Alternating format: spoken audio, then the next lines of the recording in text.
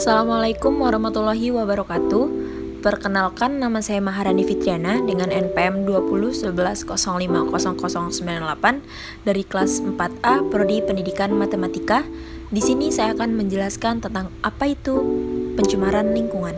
Pencemaran lingkungan adalah terkontaminasinya suatu komponen fisik dan biologis dari sistem bumi dan atmosfer yang akan mengganggu keseimbangan dari ekosistem lingkungan itu sendiri.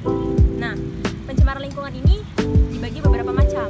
Pertama, ada pencemaran lingkungan air, pencemaran lingkungan udara, pencemaran lingkungan suara, pencemaran lingkungan cahaya, bahkan ada pencemaran lingkungan tanah.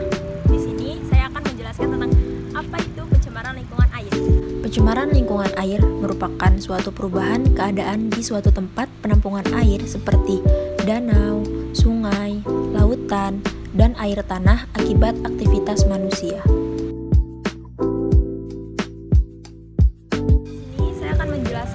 Penyebab dari pencemaran lingkungan air. Pencemaran lingkungan air itu terjadi karena adanya beberapa faktor. Contohnya adanya limbah dari industri.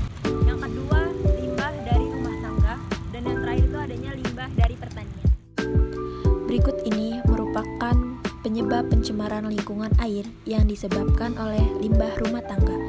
Contohnya yaitu deterjen. Deterjen merupakan limbah rumah tangga yang sering digunakan selain sampah organik dan anorganik. Deterjen merupakan limbah pemukiman yang paling potensial dicemari air. Deterjen merupakan supraptan yang mengakibatkan sisa deterjen harus mampu degradasi atau penguraian oleh bakteri yang umumnya terdapat di alam.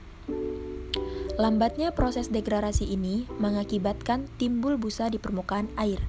Dalam proses yang lama, semakin banyak supraptan ini dapat mencemari lingkungan, seperti dapat menurunkan kadar oksigen air. Selain itu, air limbah deterjen termasuk polutan karena di dalamnya terdapat zat yang disebut alkil benzesulfonat. Deterjen juga termasuk salah satu sukar yang dirusak oleh mikroorganisme sehingga dapat menimbulkan pencemaran pada lingkungan.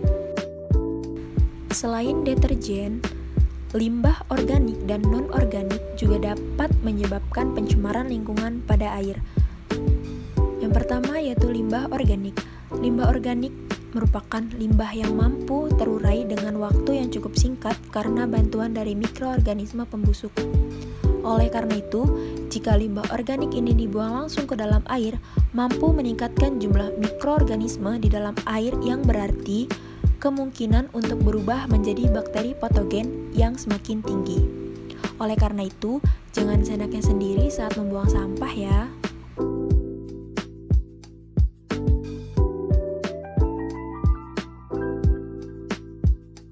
Selanjutnya yaitu limbah non-organik. Limbah non-organik merupakan kebalikan dari limbah organik. Limbah non-organik tidak mudah terurai karena sangat sulit disusupi oleh mikroorganisme pembusuk. Kalaupun bisa, maka waktunya akan sangat lama hingga limbah tersebut teruraikan. Limbah organik ini banyak dihasilkan oleh industri besar maupun kecil serta sampah rumah tangga. Baiklah, di sini saya akan menjelaskan bagaimana cara mengatasi pencemaran lingkungan pada air. Yang pertama yaitu dengan cara pembuatan kolam stabilisasi. Dalam kolam stabilisasi, air limbah diolah secara alamiah untuk menetralisasikan zat-zat pencemar sebelum air limbah dialirkan ke sungai. Kolam stabilisasi yang umum digunakan adalah kolam anaerobik, kolam fakultatif atau pengelolaan air limbah yang tercemar bahan organik pekat, dan kolam maturasi, pemusnahan mikroorganisme patogen. Kolam stabilisasi ini dapat digunakan oleh semua kalangan karena mudah memilikinya dan murah harganya. Yang kedua yaitu dengan IPAL atau biasa disebut dengan instalasi pengelolaan air limbah.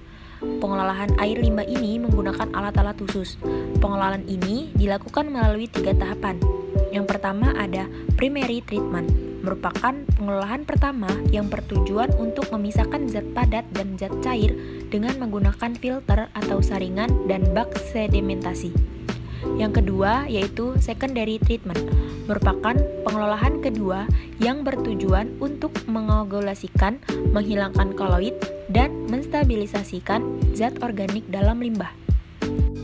Yang ketiga yaitu tertiary treatment, merupakan lanjutan dari pengelolaan kedua, yaitu penghilangan nutrisi atau unsur hara, khususnya nitrat dan fosfat, serta penambahan klor untuk memusnahkan mikroorganisme patogen. Cukup sekian penjelasan mengenai pencemaran lingkungan menurut saya. Apabila ada kesalahan, saya mohon maaf, dan kalau saya mohon maaf pun